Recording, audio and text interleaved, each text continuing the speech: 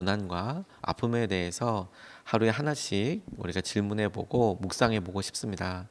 그중에 오늘 첫 번째, 주님이 당하셨던 아픔 중에 배신에 관련된, 주님께 큰 아픔과 상처가 된 여러 가지 주제와 여러 상황들이 있었지만, 그 중에서도 첫 번째로 우리가 질문하고 붙잡고 싶은 것은 주님의 고난으로서의 배신입니다. 우리가 최근에 아주 사람들에게 많이 회자되는 드라마 중에 글로리라는 드라마가 있다고 들었습니다.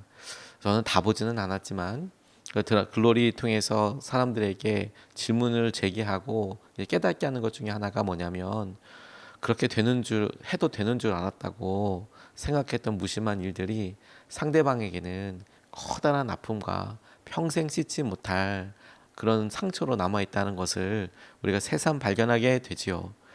우리가 주님의 고난을 생각할 때 항상 우리가 생각하고 우리가 기도하면서 마주하게 되는 불편한 현실은, 주님께는 그게 고난이면, 주님이 아파하셨다면 주님이 아파하시는 그 고난의 이유 중에 우리가 관련되어 있을 가능성이 아주 높다는 것입니다.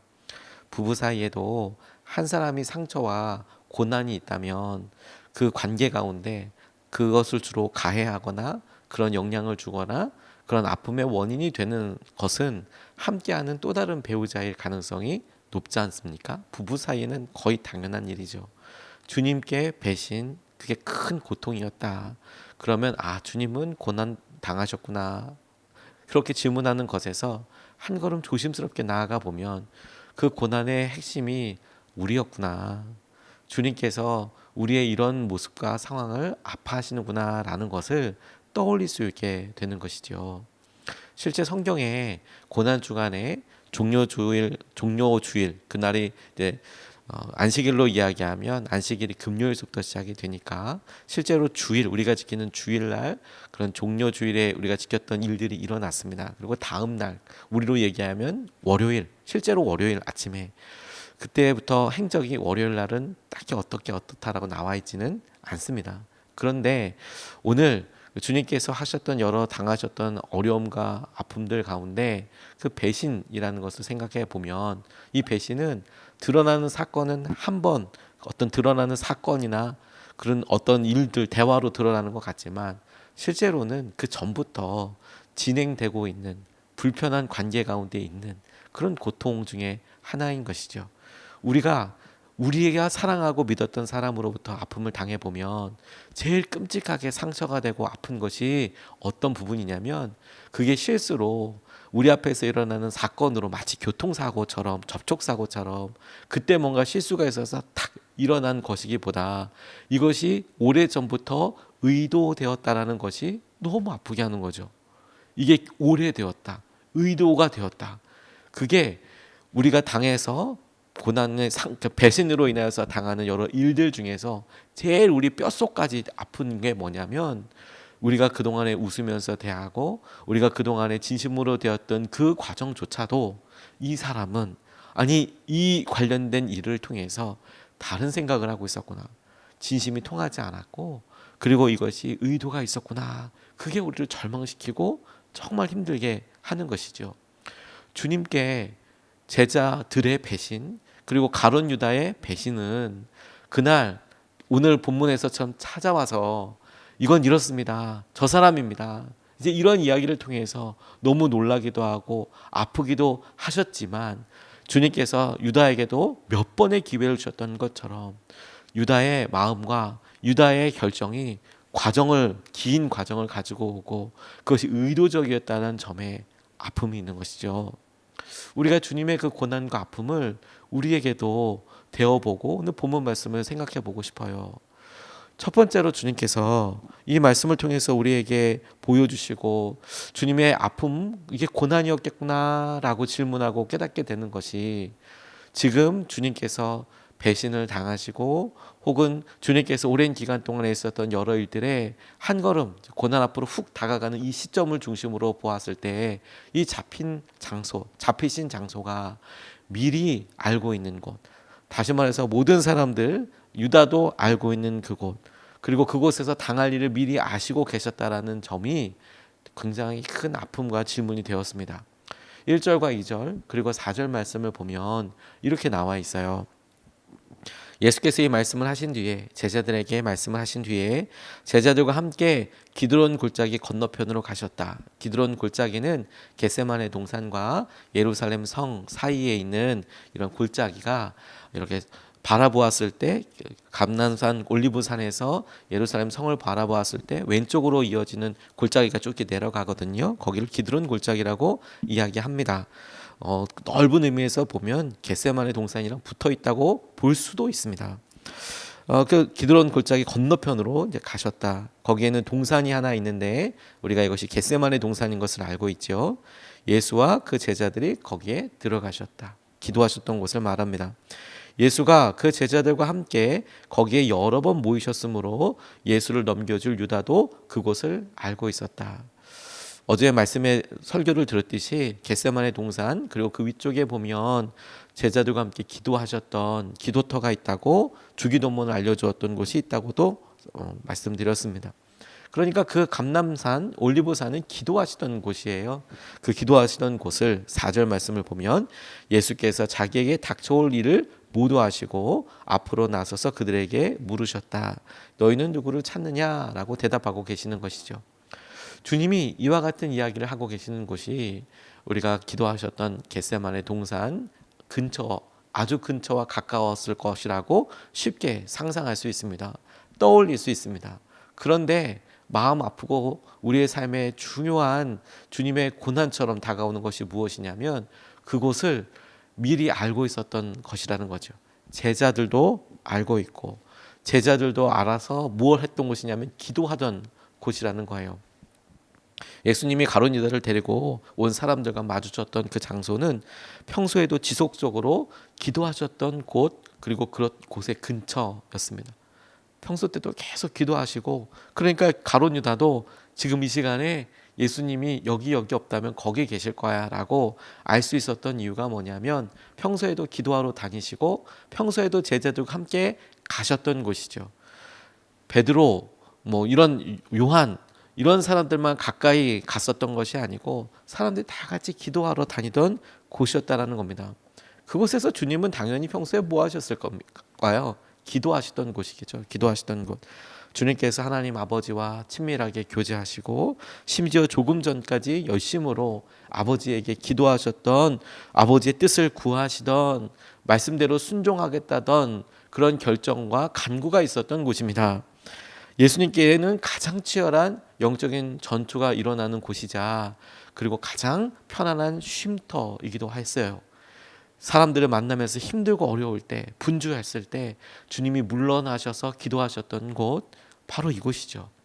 그런데 그곳이 예수님이 배신당하고 사람들에게 잡혀가는 그 시발점이 되었다는 거예요.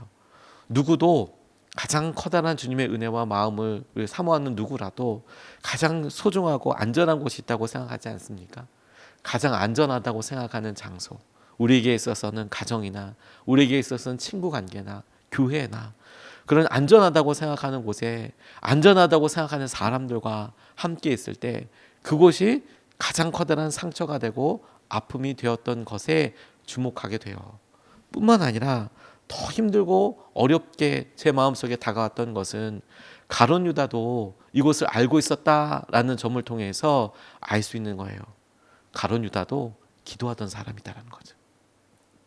가룟 유다를 데리고 제자들 다 데리고 겟세마네 동산으로 이렇게 갔는데 가룟 유다도 함께 기도했던 적이 있고 함께 그곳에서 교제하고 함께 그곳에서 식사를 했었을 수도 있을 법한데 가룟 유다 기도하던 그 사람이 어느 순간에는 배신하여서 지금 예수님을 팔러 와서 그 팔러 누구냐, 예수가 도대체 누구냐, 한밤중이니까 알아볼 수 없고 그리고 예수님을 멀리서 봤던 사람이니까 누군지 모를 그때 예수님을 분별하여서 저 사람입니다 라고 이야기해 주는 역할을 가룟 유다가 했다는 거죠. 이게 큰 아픔과 어려움입니다. 왜요, 여러분? 횃불을 지금 가룟 유다가 들고 있어요. 가룟 유다 쪽에서 그러니까 로마 병사들이 들고 있죠. 그런데 가룟 유다가 앞에 있는 사람들 중에서 옷을 거의 똑같이 입으니까요. 당시의 옷은 특별한 개성이 있다기보다 큰 천으로 되어 있는 그런 옷을 이렇게 감아서 입었거든요. 그 색깔도 알록달록할 리가 없어요. 염색이 잘 되지 않았을 테니까. 그런데 검은 그런 밤에는 알아보기가 더 힘들죠. 근데 우리는 가룟 유다가 예수님을 알아보는 것만 생각을 하지만 오히려 로마 병정들과 횃불을 들고 찾아온 가룟 유다, 그리고 로마 병정들 사이에 있는 그 사람들 중에 한 사람인 가룟 유다를 예수님이 먼저 알아보셨을 거라는 거예요. 가룟 유다가 어둠 가운데 있는 예수님을 분별할 정도의 거리라면 예수님은 그 가룟 유다가 저기서 올 때부터, 왜냐하면 그 그룹이, 그 모임이 횃불을 들고 오니까, 그러니까 횃불 주위에 있는 사람 자세히 보기 위해서 얼굴을 들이밀 때 가룟 유다의 얼굴이 당연히 예수님 앞에 먼저 보였겠죠. 우리의 고난과 아픔은 그냥 우리는 모르는 사이에서 음해하듯, 내가 몰랐는데 이런 일이 있었어, 저 사람이 그랬을 줄이야, 그렇게 깨닫게 되는 배신도 있지만 예수님의 배신, 예수님의 고난으로서의 배신은 서로가 얼굴을 마주 볼 수 있는 아픔과 어려움의 배신이었다는 거예요. 주님은 그런 고난과 어려움을 당하시죠. 이스라엘 백성들이 율법에 의해서 사람들을 처형하는 것 중에 간음과 관련된 것들은 돌 팔매를 합니다. 돌을 던져서 사람을 죽였어요. 율법을 어기거나 가늠한 현장에서 가늠한 여인이 잡혀왔을 때 돌 던지려고 합니다. 그런데 여러분, 돌 던지는 것도 가만 생각해보고 그 장소를 떠올려 보면, 우리가 돌을 던져서 사람을 맞힐 정도면 20m, 50m 전이 아니에요. 돌을 던져서 맞힐 정도면 자매님들, 그리고 한번 생각해 보세요. 얼마나 던질 수 있는지. 우리가 박찬호나 뭐 그런 유명한 야구 선수가 아니면 30m 바깥에서 돌 던져서 사람을 맞힐 수가 없어요.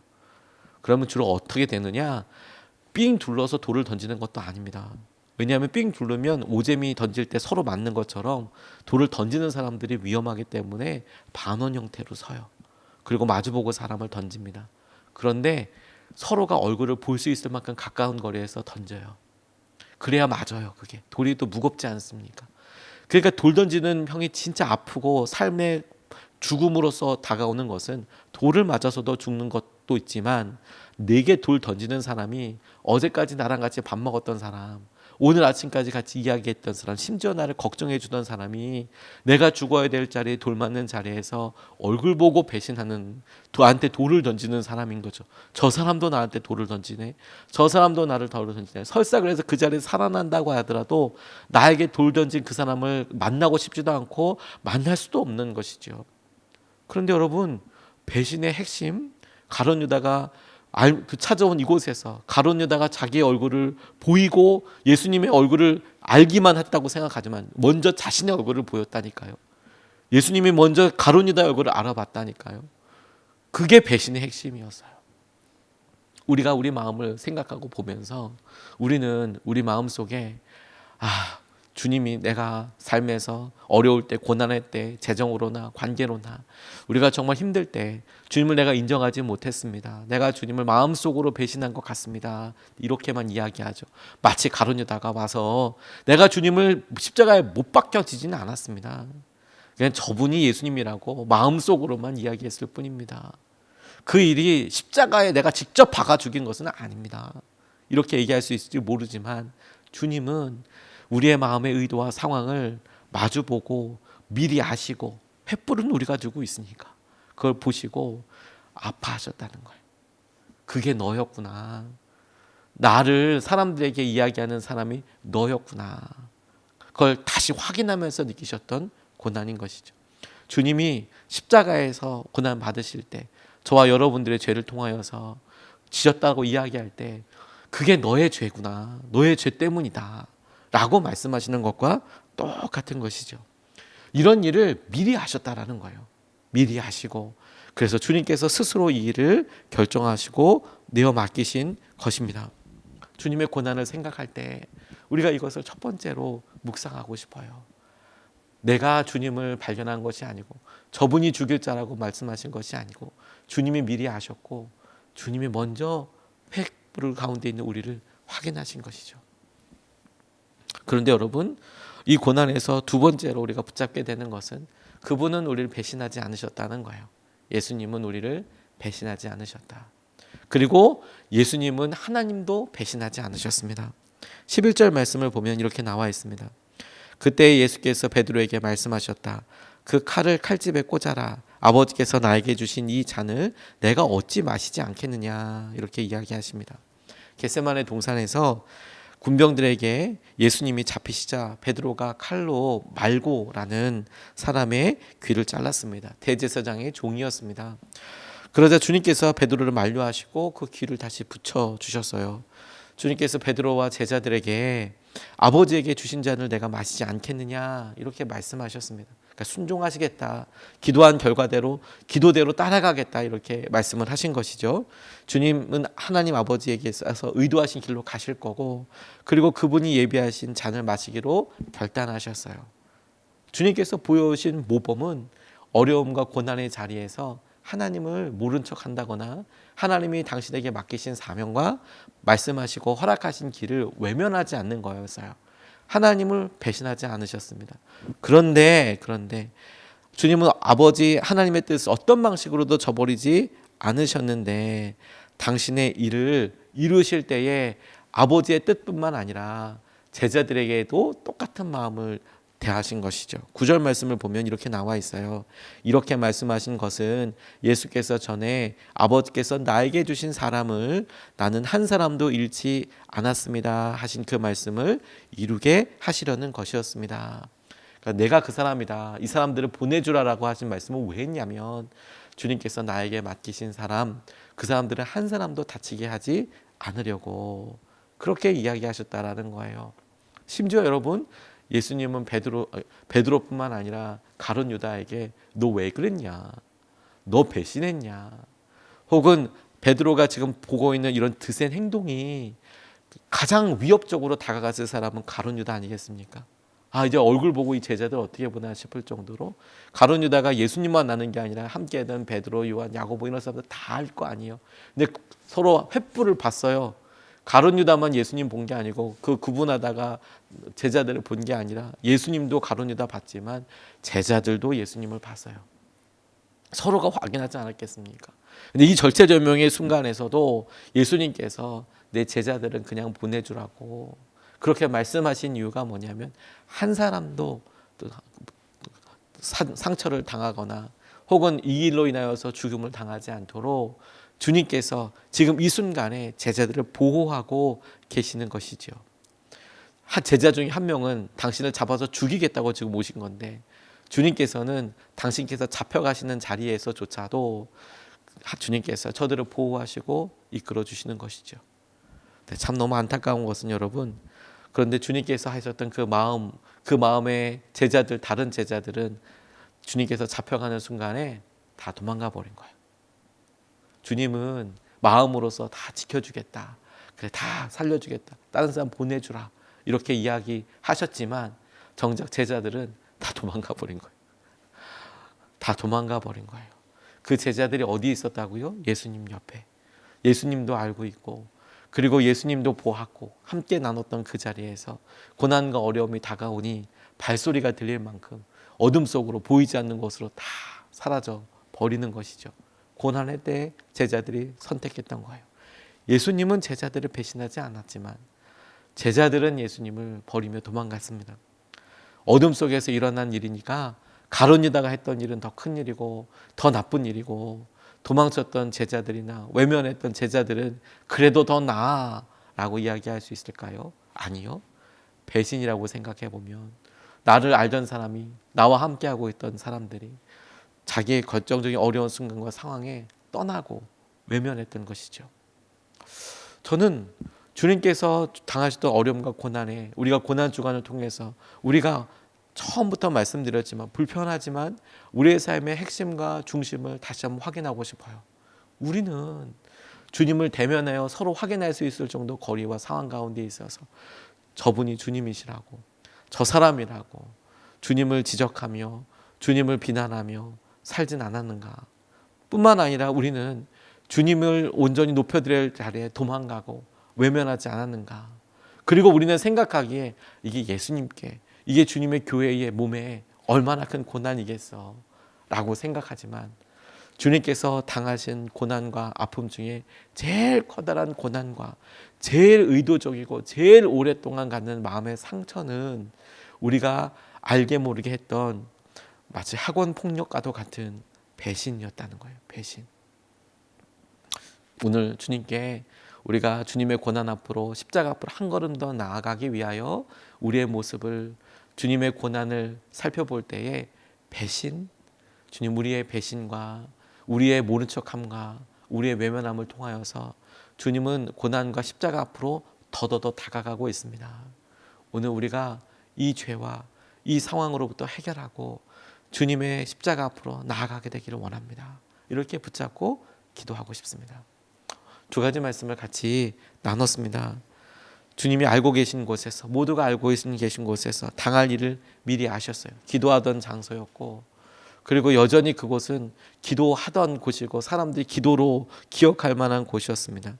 그것이 배신의 자리고 주님이 가장 어려움을 당하시던 자리예요. 저는 감히 이 말씀을 적용해 보면서 우리가 하나님께, 주님께 배신을 쉬이할 수 있는 자리 중에 하나가 기도의 자리라고 생각이 들었어요. 우리가 기도하던 자리, 기도하던 자리에 온다 안 온다 이게 아니라 기도의 자리에서 우리가 배신하기 쉽겠구나.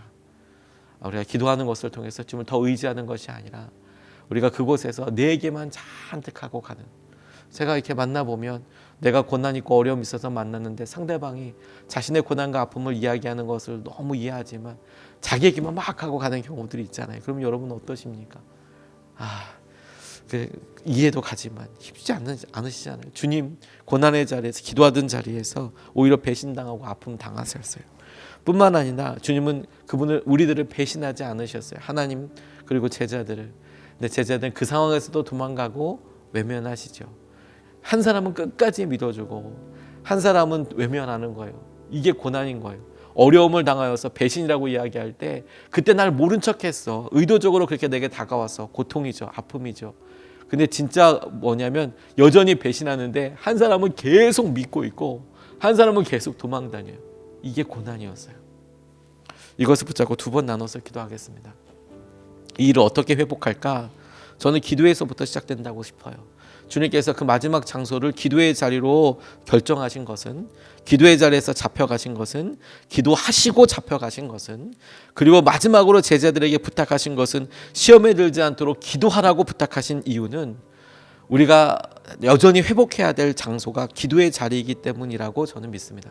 주님 기도의 자리에서 승리하게 하여 주십시오. 제자들에게 주님께서 마지막 하셨던 부탁은 기도해 달라는 거였어요. 기도하라는 거였어요. 시험에 빠지지 않도록 기도하라. 그리고 그 시험의 일이 일어났습니다. 충분히 기도하지 않았더니 일어났던 시험의 첫 번째 형태는 뭐냐면 배신이었어요. 배신. 너도 배신하지 않도록, 시험의 핵심은 너도 배신하지 않도록 깨어 있어라 라는 것 아니겠습니까?